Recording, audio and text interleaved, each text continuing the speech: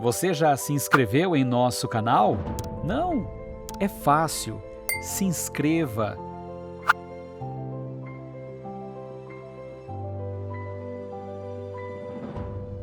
Lucas, autor do livro de Atos, era médico. Ele usou um termo médico interessante para a expressão "estava orando". Em grego, essa palavra descreve o alongamento de um músculo até o seu limite. A frase poderia ser traduzida para: a oração estendida até o seu limite estava sendo feita pela igreja em favor de Pedro. A oração sincera tem poder. Não porque ela pode mudar a mente ou os planos de Deus, mas porque demonstra que o nosso coração se preocupa apaixonadamente com as mesmas coisas que nosso Deus Pai. Este é o cumprimento da promessa de Jesus. Se permanecerem em mim e as minhas palavras permanecerem em vocês, pedirão o que quiserem e lhes será concedido. Existe um jogo de palavras interessante para lembrarmos quando quisermos nos encorajar na vida de oração. Push, em inglês, significa mover fisicamente um objeto ou uma pessoa para fora do caminho. E essa palavra funciona como um acrônimo para um termo em inglês, que traduzido fica: ora até que algo aconteça. Que lema maravilhoso para a nossa vida de oração! Deus ouviu a oração dos irmãos que intercederam por Pedro e enviou um mensageiro celestial, um anjo, para libertar milagrosamente de suas cadeias. Depois de livre, Pedro foi até a casa onde a igreja estava reunida e bateu na porta. Mas os irmãos não o ouviram porque permaneciam orando até que algo acontecesse. Eles ficaram tão envolvidos na oração que não perceberam que o seu pedido havia sido atendido. Com o exemplo deles, aprendemos que quando precisamos que Deus haja em nossa vida, devemos orar até que algo aconteça. Se estamos lutando, devemos orar até que algo aconteça. Se estamos enfrentando grandes dificuldades, devemos orar até que algo aconteça. Se precisamos de alguma mudança de mente, devemos orar até que algo aconteça.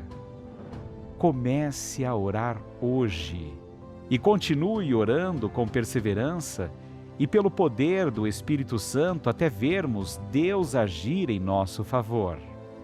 De repente apareceu um anjo ao lado do prisioneiro e uma luz inundou a cela. O anjo acordou Pedro: depressa! As algemas caíram dos pulsos do apóstolo e o anjo ordenou: vista-se, calce os sapatos. Pedro obedeceu.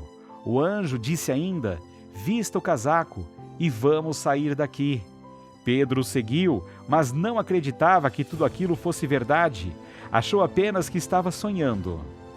Depois de passar por 2 grupos de guardas, eles chegaram ao portão de ferro que conduzia à cidade, que se abriu automaticamente.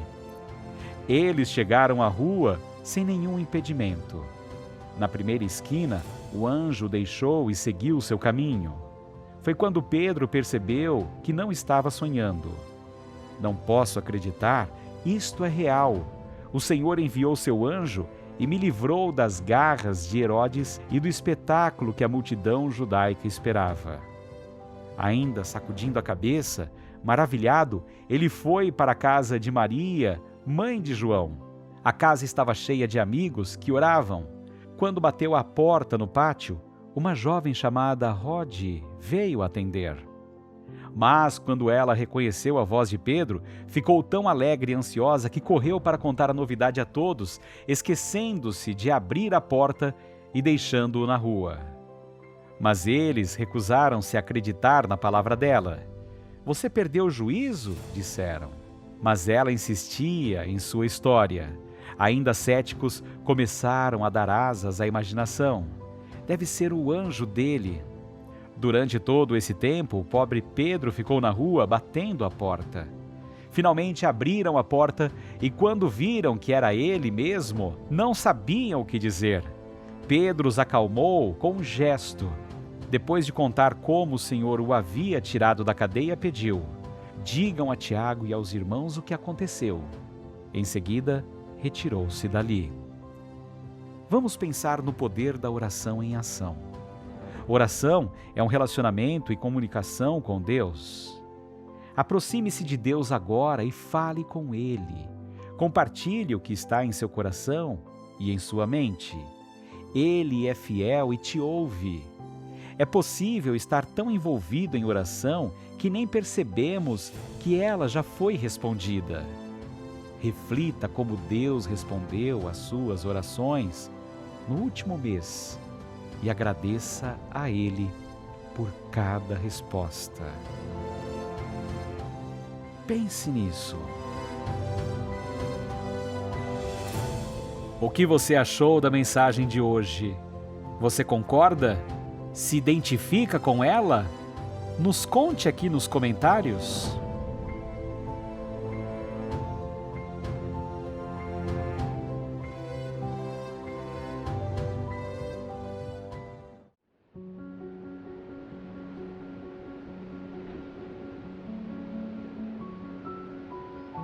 Você já se inscreveu em nosso canal? Não? É fácil. Se inscreva.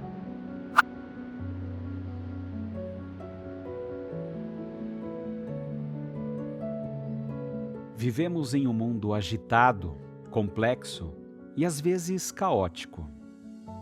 Nesse ambiente de mudanças rápidas e constantes, um dos grandes desafios é manter a tranquilidade. Seja por uma mudança nas circunstâncias pessoais, pelo surgimento de crises financeiras ou por uma súbita pandemia global. Para muitos de nós, o mundo moderno pode frequentemente desafiar a nossa paz e nos provocar ansiedades e incertezas. Então, o que as Escrituras têm a dizer sobre viver com verdadeira paz de espírito? Tenha a paz como âncora. Muitos de nós ansiamos pela paz real e verdadeira. Uma paz que não é temporária nem transitória.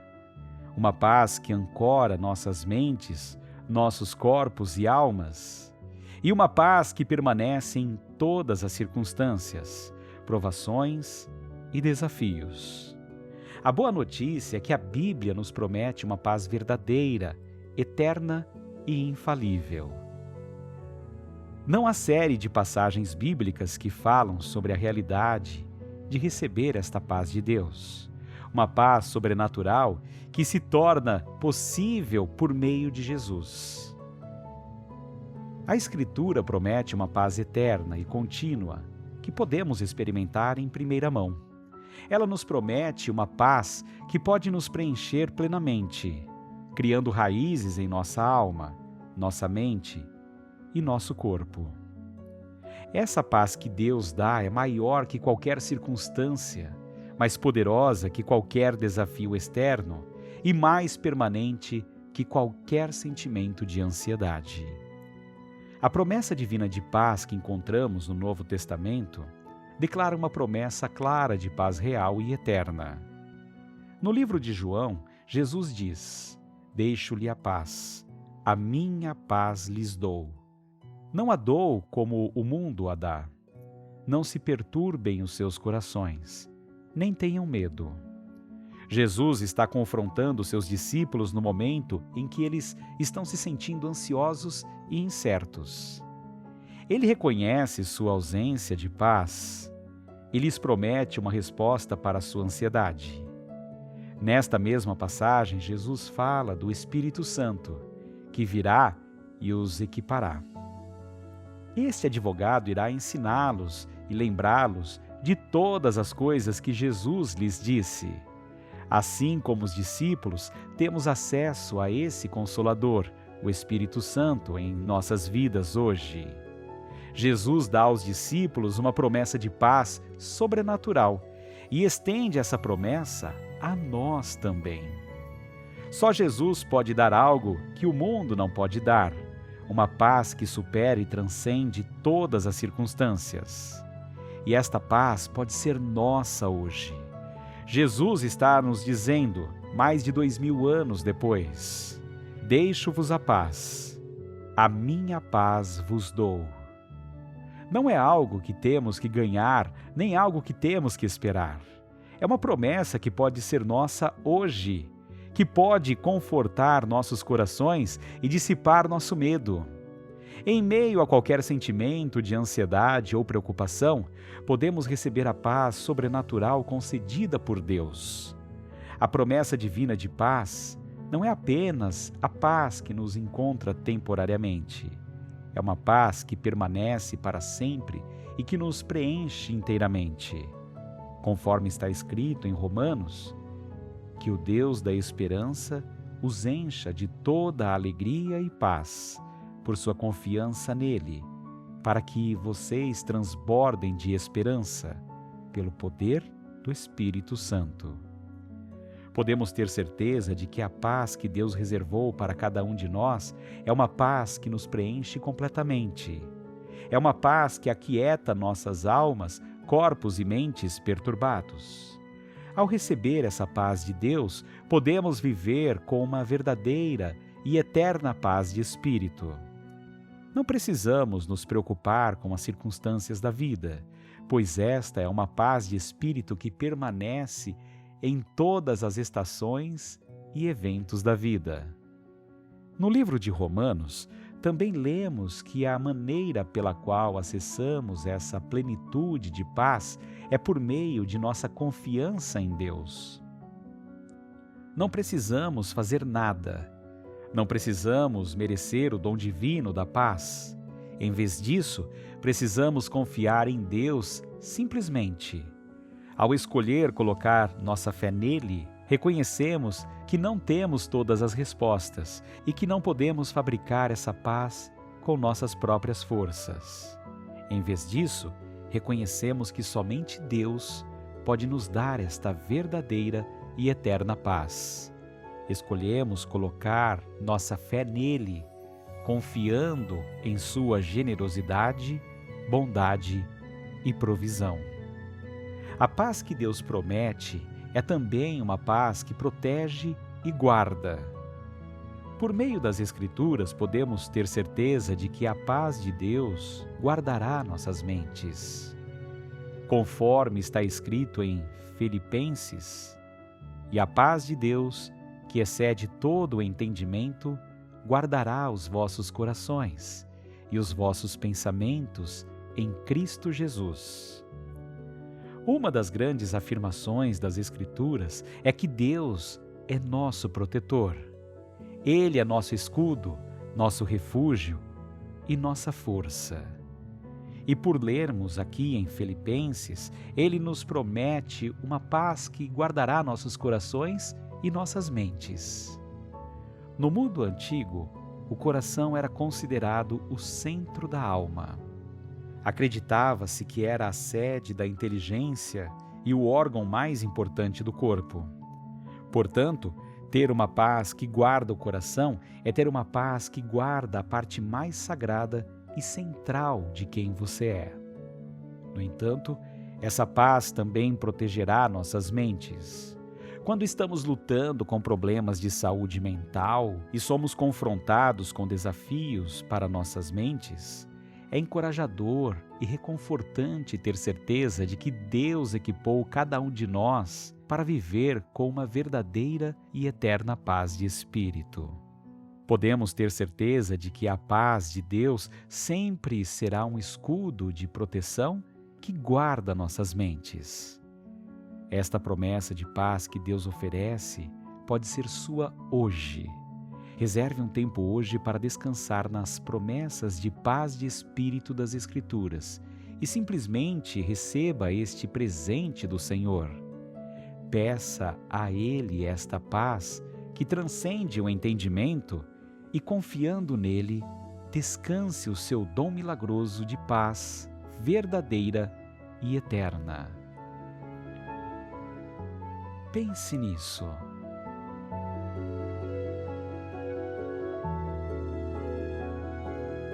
Que ótima reflexão nessa mensagem, não é? Você se identifica com ela? Concorda? Comente aqui. Divida com a gente a sua opinião.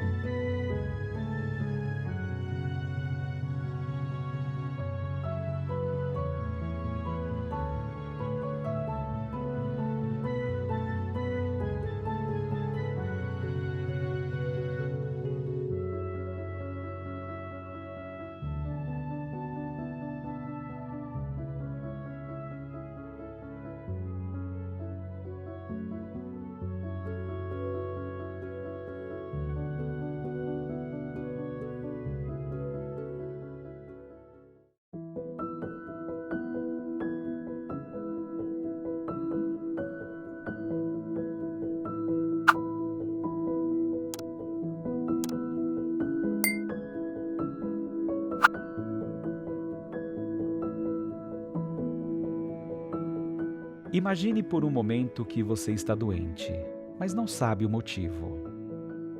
Você tem alguns sintomas inexplicáveis, então procure um médico. No entanto, quando você descreve a situação, tudo o que o médico faz é se desculpar repetidamente por como você está se sentindo. Isso é frustrante, certo? Por mais empático que seja da parte dele, não é para isso que você está ali. Você veio em busca de um diagnóstico e cura. Sem isso, você será forçado a viver na incerteza e você pode acabar piorando ou usando medicamentos que não ajudam.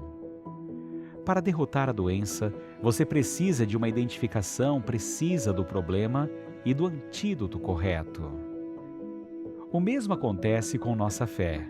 Não adianta discutir incansavelmente nossos sintomas de quebrantamento se não diagnosticarmos a questão principal. Precisamos conhecer a verdade. Saiba que o pecado é o problema da vida, é o problema do mundo e é nosso problema pessoal.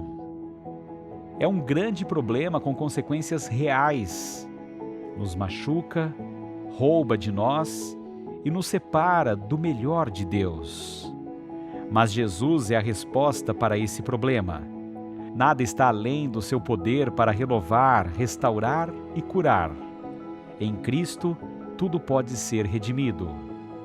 Sem uma compreensão do pecado, nunca poderemos entender o verdadeiro impacto da morte e ressurreição de Cristo. No entanto, contemplando a vitória de Jesus sobre nosso pecado, podemos desbloquear a alegria e viver livres da vergonha. A passagem bíblica desse vídeo afirma essa realidade. O texto é surpreendente. Enquanto não esconde nada em termos de impacto do pecado, anuncia de maneira espetacular Jesus como o antídoto perfeito para a doença da nossa alma. Para concluir este vídeo, meditemos juntos nestas Escrituras. Respire fundo algumas vezes e feche os olhos. Deixe cada som tocar o seu coração. Jesus fez isso por você. Certamente Ele tomou sobre si as nossas enfermidades e sobre si levou as nossas doenças. Contudo, nós o consideramos castigado por Deus, por Ele atingido e afligido. Mas Ele foi transpassado por causa das nossas transgressões, foi esmagado por causa de nossas iniquidades. O castigo que nos trouxe paz estava sobre Ele, e pelas suas feridas somos curados. Todos nós, tal qual ovelhas, nos desviamos.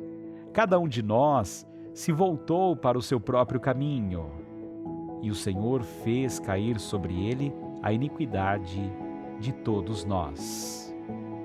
Embora fôssemos nós que merecemos a morte, Jesus foi quem foi rejeitado, zombado, espancado, pregado na cruz.